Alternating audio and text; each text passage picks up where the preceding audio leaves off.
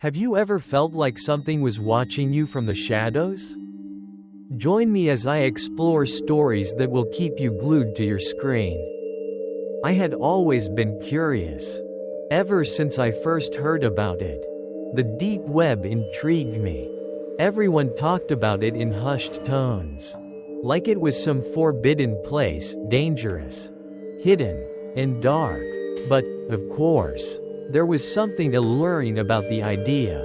My friends at college seemed to treat it like some sort of rite of passage. At first, I was hesitant.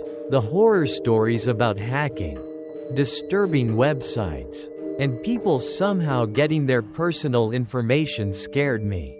But when I saw my classmates casually browsing through it, like it was just another part of the internet, my curiosity began to creep in. It was late in the evening when I finally decided to give it a shot. I sat at my desk, alone in my dorm room. The quiet of the night made my decision feel almost unreal. Like something was urging me to dive in. I messaged David, one of my friends who had been using the deep web for a while. David was always so calm about things, too calm. He arrived soon after, bringing with him the sense of normalcy that made the idea of accessing the deep web seem safe. "Are you sure you want to do this?"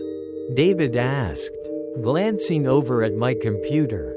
His voice was steady, but I could tell there was a hint of concern in his eyes. "Yeah, why not? Everyone else is doing it," I replied, trying to sound more confident than I felt. He set up the software for me, explaining everything as he went. "We don't need to install Tails if you're not doing anything illegal. But keep it on the censored mode for now.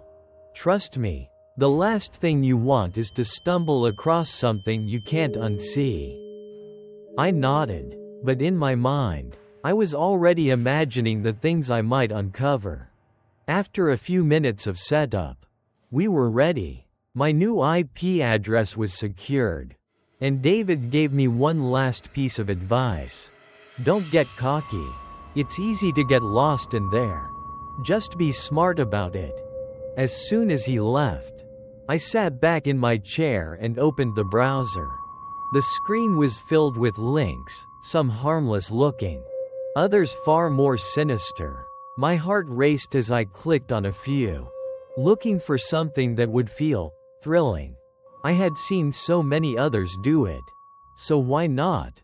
2 weeks passed, and I felt like a pro.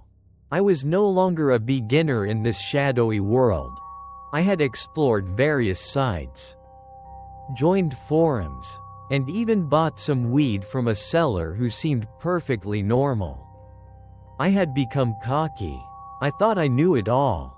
The deep web no longer felt like a dangerous place. It felt familiar. And then I turned off the censor mode. That decision was the beginning of my downfall. The first few sites I visited after turning off the filter were slow to load. Most of them just dead ends. But one site caught my eye. All the Gore. The name alone sent a shiver down my spine. I clicked it without thinking. At first, the page seemed normal, just a chat room. But as I scrolled through the threads, I felt a growing sense of unease. The people there weren't just talking. They were boasting about unspeakable acts, sharing their stories like they were bragging about an accomplishment. One name kept popping up, Culture_045. At first, I thought it was a joke. But when I saw the pictures, I realized how wrong I was. My stomach churned as I clicked on a thread where Culture_045 detailed, in graphic detail, how he had broken into a family's home, kidnapped a little girl, and brutally murdered her parents. The images followed, close-ups of a young girl, her body beaten, cut, and mutilated. The camera zoomed in on the man's face, showing the pure joy in his eyes as he posted these horrific images.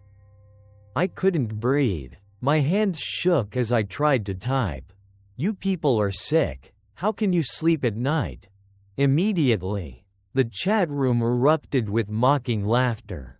They called me names: weak, naive. One person typed, "Really? Where do you live, buddy? I'm sure everyone would love to see you on this site." My heart dropped. I had made a mistake. A huge one. And then, as if to seal my fate, Culture_045 typed something that froze me in place. "I'm sure the police won't be able to protect you." A chill ran down my spine. And before I could even react, the entire screen went black. A new chat box appeared in green text. And a single name flashed at the top: Admin1. The message that followed made my blood run cold. "Call the cops, and you will regret it." I sat there, stunned, unsure of what to do. My mind raced as I looked around my room. My phone buzzed. I opened it. "Call the police and you're dead." The message had no number attached. Just a blank screen. I turned back to my laptop. My webcam light turned on. And I froze. On the screen, there was a live feed of me looking at my phone. That's when the real terror began. I froze, staring at the screen, feeling a chill creep over me. The image of myself in the webcam, my eyes wide with shock, was staring back at me from the screen. My heart hammered in my chest as I felt like something invisible was pressing against me, suffocating me with its presence. The message from *admin1** appeared again. This time in bold, menacing text. "Put the phone down. Now uncover your webcam." I didn't move. I should have covered my webcam. I should have shut my laptop off. But I couldn't. I was paralyzed by fear. As if something was holding me in place. I could hear my breath getting heavier. My chest tightening.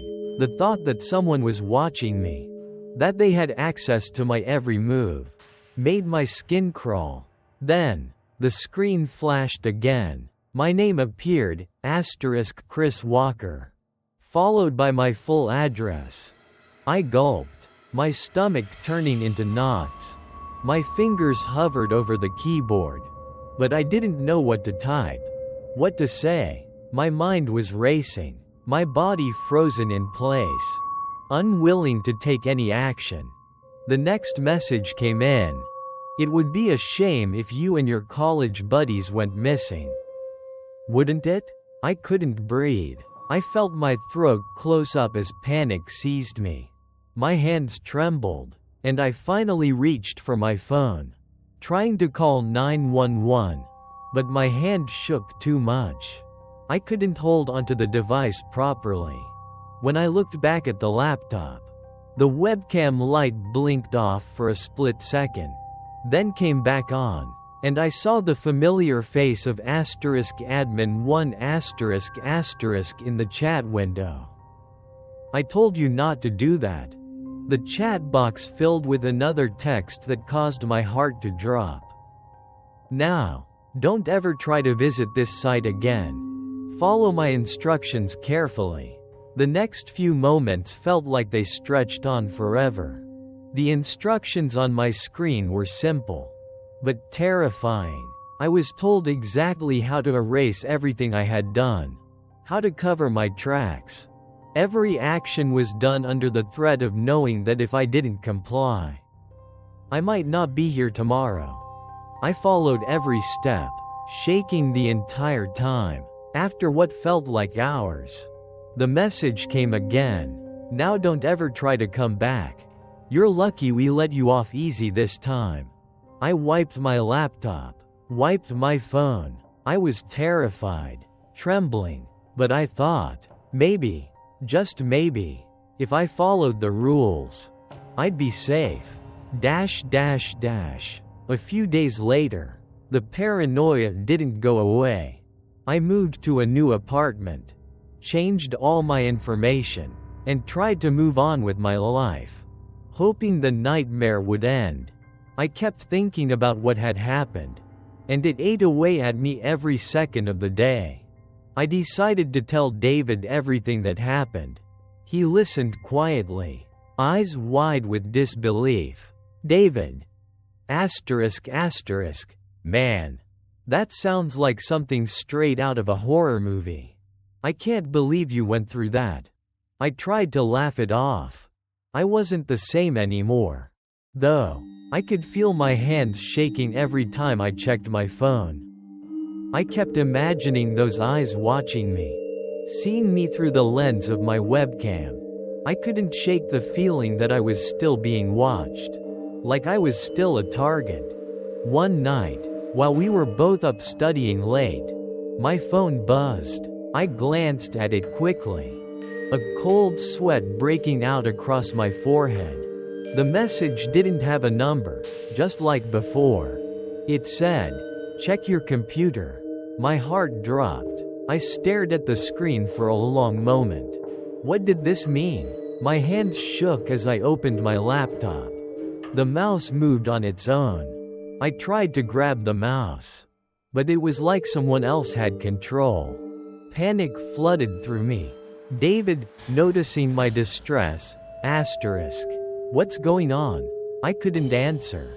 I just stared at the screen as the mouse cursor moved around the page, clicking on files I hadn't opened.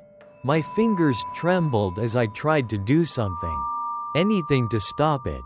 Nothing worked. David, ***, dude. What's happening? This isn't normal. Then, my phone buzzed again. The message was chilling. Look out your window. I didn't know which window to look at. I was sitting near one, but I had no idea if it was the right one. With trembling hands, I pulled back the curtain and glanced outside. My blood ran cold. A man stood by a white van in the parking lot. He held a phone in his hand, and when I looked at him, he nodded slowly. His eyes locked on mine. My heart raced as I backed away from the window, my mind spinning. What was happening? What did he want from me? The phone buzzed again. Type in this command to activate the software. Hold Shift plus Alt plus F5 at the same time. I felt the weight of the situation press down on me. I knew that if I did it, it could be the end. I didn't want to give him what he wanted, but I didn't know what else to do. I looked at David, who was visibly shaken, standing by my side now, gripping a baseball bat just in case. David, ***, we need to call the cops. Something's wrong. Man. I nodded, my breath shaky. I didn't activate the software. I just waited, praying that whatever was happening would stop. Then came the banging. The door shook violently as something, or someone, pounded on it. We heard the doorknob turning, but it didn't budge. The banging grew louder, more frantic. I looked back outside. The man in the van was gone. I felt relief wash over me for a moment, but it quickly turned to dread when the door rattled again. This time, the sound of something scraping against it sent chills down my spine. I could feel my heart racing. David, whispering, ***, it's not over. We need to leave. Now. We stood in silence for what felt like hours. The banging and scraping sounds outside growing more intense. Finally, after what felt like an eternity, the sounds stopped, but there was no relief. There was only dread. I didn't dare to move for a long time. The silence was deafening. My heart thudded in my chest, every beat ringing in my ears like a warning. I kept my eyes on the door, knowing that the man in the van was still out there, watching us. The thought of him getting in, of him following through on whatever twisted plans he had. Made me sick. David and I stayed still, our breaths shallow, barely making a sound. The longer we waited, the more I could feel the walls closing in.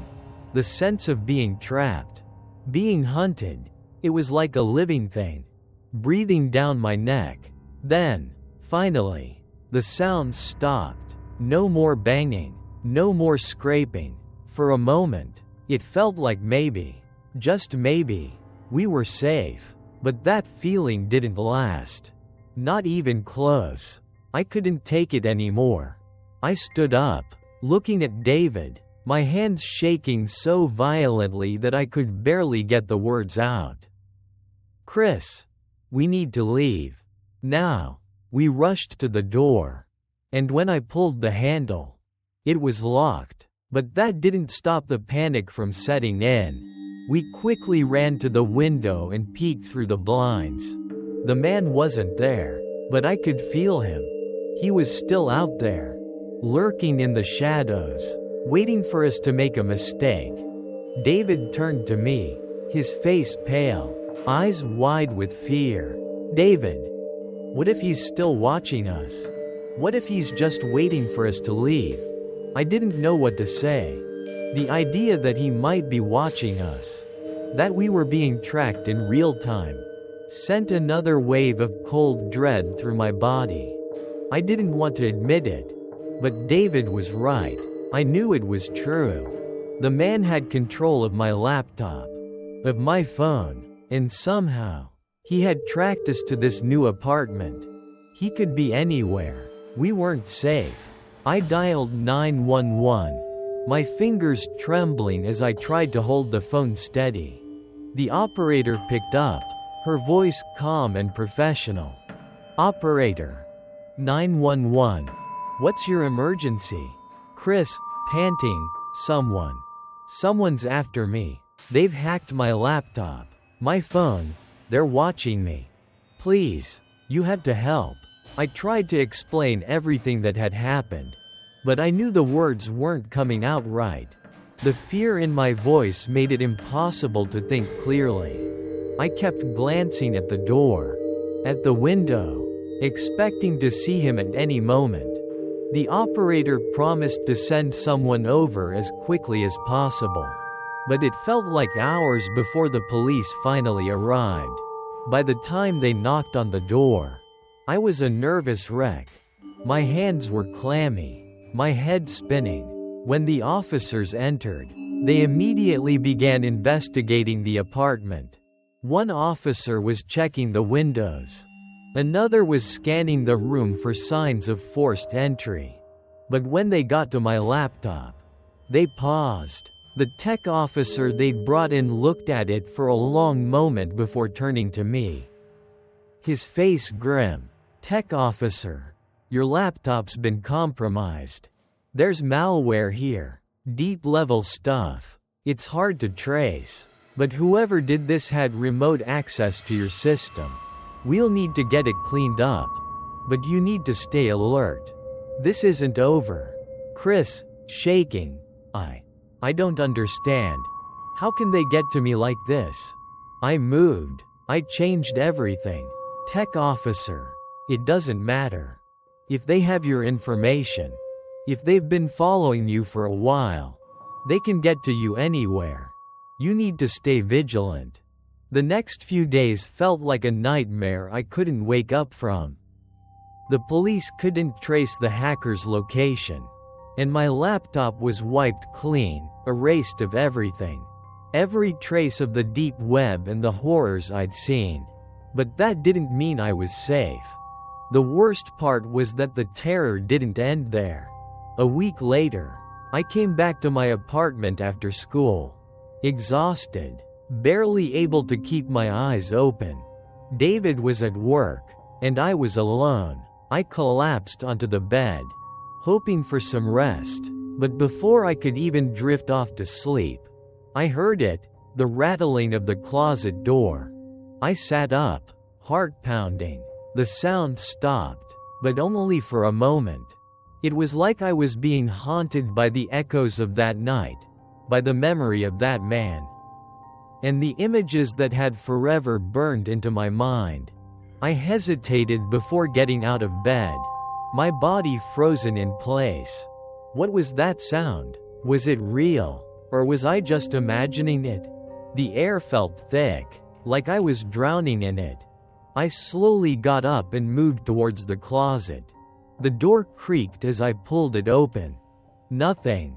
I sighed in relief, but it was short-lived. Just as I turned around, the door swung open by itself.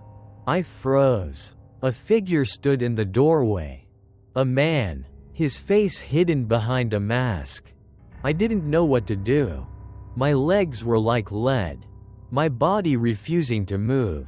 I bolted for the door, slamming it behind me as I ran out into the parking lot. I didn't even grab my phone or anything. I just got into my car and drove fast. David was the one who called the police. He came home to find me shaking in the car outside, too terrified to go back into the apartment.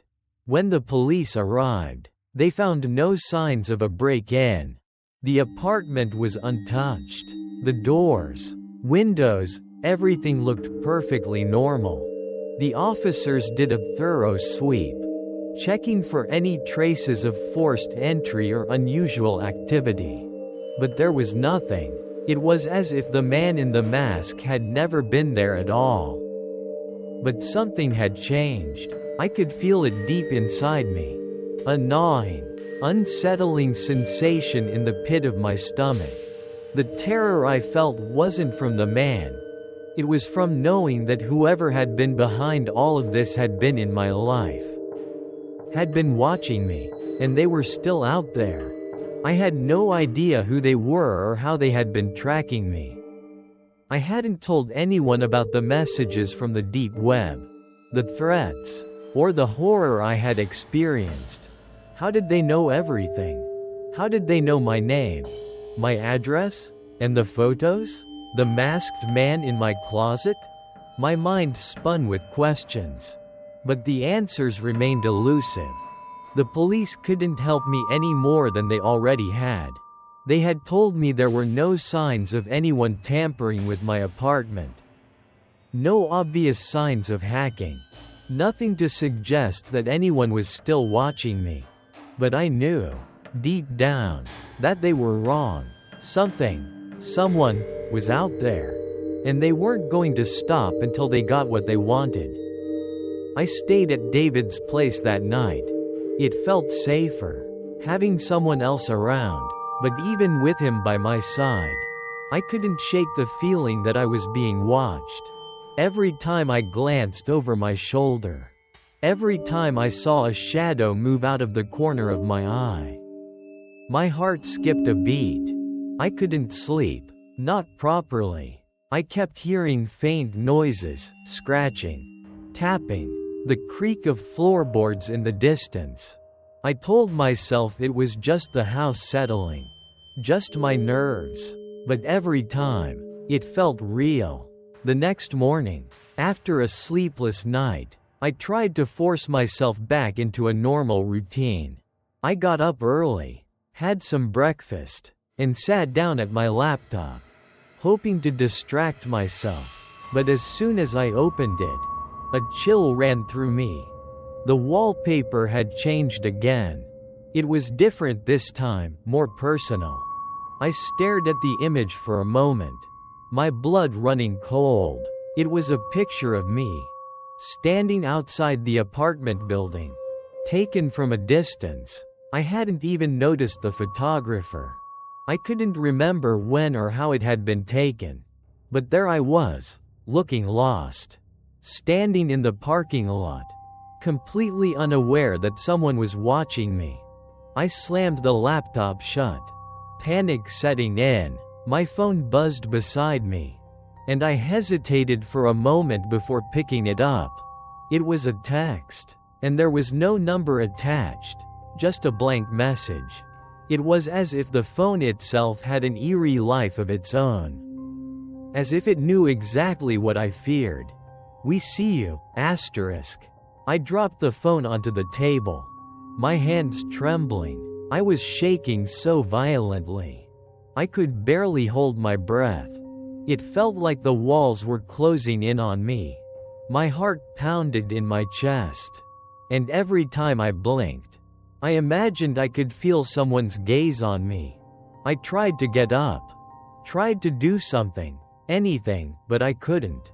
Then, just as I thought I might lose control, the phone buzzed again. This time, it wasn't a message, it was a call. I stared at the screen for a long moment. The number showing as unknown. My instinct was to ignore it, but I couldn't. I answered it, my voice hoarse. "Hello? Asterisk." There was a long pause on the other end. Then, a cold, almost robotic voice answered. "I told you to stay away. But now, we're coming for you, asterisk." The line went dead. I couldn't breathe. I tried to call back, but the number was no longer available. My mind raced. What was happening? Why was this happening to me? I glanced out the window, my gaze searching the parking lot below, half expecting to see the same man from before, standing there, waiting, but the lot was empty. Silent, no sign of anyone. Still, the dread didn't leave me. If anything, it grew stronger. It felt like I was being pulled deeper into a nightmare that had no end. It was as though someone was always just a step ahead of me, anticipating my every move. I went to bed that night, still unable to shake the feeling of being watched. I kept my phone close, hoping it would somehow offer me a sense of security. But deep down, I knew it wasn't enough. I was no longer safe. I had no idea who I was dealing with, or what they wanted, but I knew one thing for sure: they were not going to stop.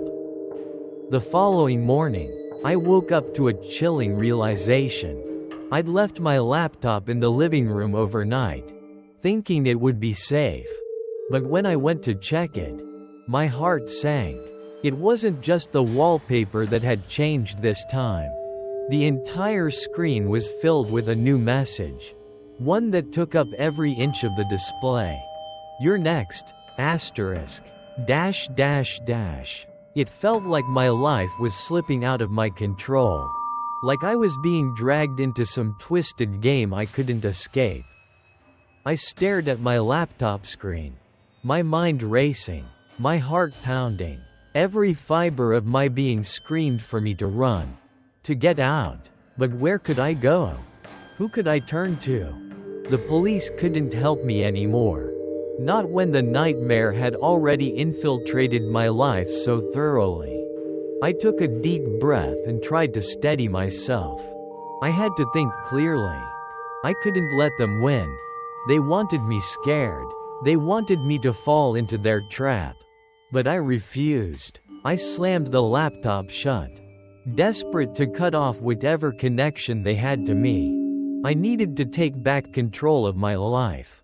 And to do that, I knew I had to stop hiding in fear. I moved quickly, gathered my things, and headed out. I couldn't stay in the same place anymore. Not with the threat hanging over me. David, who had been by my side through all of this, still hadn't fully grasped the depths of the situation.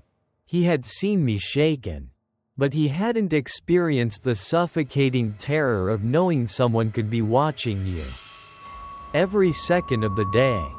I didn't have time to explain everything to him now. My phone buzzed again, but I ignored it. I couldn't afford to be distracted. As I walked through the streets, I made a plan. It wasn't just about running away anymore, it was about fighting back. Confronting the darkness that had crept into my life. I couldn't let this continue. The constant fear, the messages, the surveillance, everything they had done to me, to my life, it had to end. I wouldn't be a victim anymore. I had learned that I couldn't rely on anyone else to save me. I had to take matters into my own hands. I took every precaution. I changed every password. I moved my accounts to more secure platforms. And I even reached out to a cybersecurity expert to help me cover my tracks. They had made their threats. They had pushed me to the edge. But I wasn't going to crumble. Weeks went by, and the silence was almost suffocating. I didn't hear from them again. At first, I was afraid to breathe. Afraid that every knock on the door or every sound outside would signal their return. But as time passed, I started to believe it was over. I had cut off every link, severed the digital ties they had on me. And for the first time in what felt like forever, I was starting to feel like I had reclaimed some piece of myself. Then, one evening, I received a message. It wasn't a phone call this time, nor was it a text. It was a new email. The subject line was simple: "I warned you." I opened it, my stomach sinking as I read the message. "You think you're free, don't you? You think you've won? But what you don't realize is that we are everywhere. You can't escape us. We're already inside, and we'll be watching you forever." The message was chilling, but I had learned something important. This was the final attempt to break me. It was the last gasp of someone desperate to keep control over me. I wasn't their victim anymore. I had fought back. I had survived. The truth hit me like a ton of bricks. The deep web wasn't just a place to explore dark corners of the internet. It was a place where people like them could hide. People who wanted to control, to manipulate, and to destroy. They had succeeded with so many others. But not me. And then I realized, with a mixture of disgust and defiance, that I had been part of their game all along. I had let my curiosity, my boredom, and my ego lead me to this place. They had found my weakness, but they had underestimated me. I had learned my lesson, and now it was time to make sure no one else fell into the same trap. I deleted the email and wiped my laptop clean again. This time, I was more prepared. I had learned what the true cost of curiosity could be. The deep web might be vast, dark, and seemingly full of infinite possibilities. But it was also a place where predators thrived. And those who ventured too far could find themselves in a nightmare they couldn't escape. But the most painful realization came when I thought about those who weren't as fortunate as me. Those who hadn't gotten out. Those who had been swallowed up by the abyss. Left behind as nothing more than a distant memory. Their screams still echoed in my mind. A haunting reminder of what could happen when we let our guard down. As I looked at my phone one last time, I couldn't help but feel a sense of dread for the people still out there. Still falling for the allure of the deep web. I wanted to warn them, to scream at them to stay away. But I knew it wouldn't make a difference. Some people had to learn the hard way. Just like I did. If you're reading this, take it as a warning. The deep web is not a place to explore. It's not a game. The consequences are real. The people you encounter there are real. And once you've opened that door, there's no guarantee that you'll ever be able to close it again. So, ask yourself, what are you willing to risk? Is it worth your life? Your safety? Your soul?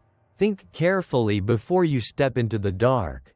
Because once you do, you might not be able to walk out. Now, I want to hear from you. Have you ever ventured into the deep web? Or has something similar happened to you that you'd like to share? Drop a comment below, and let's talk about what we should all be doing to stay safe. Back quote.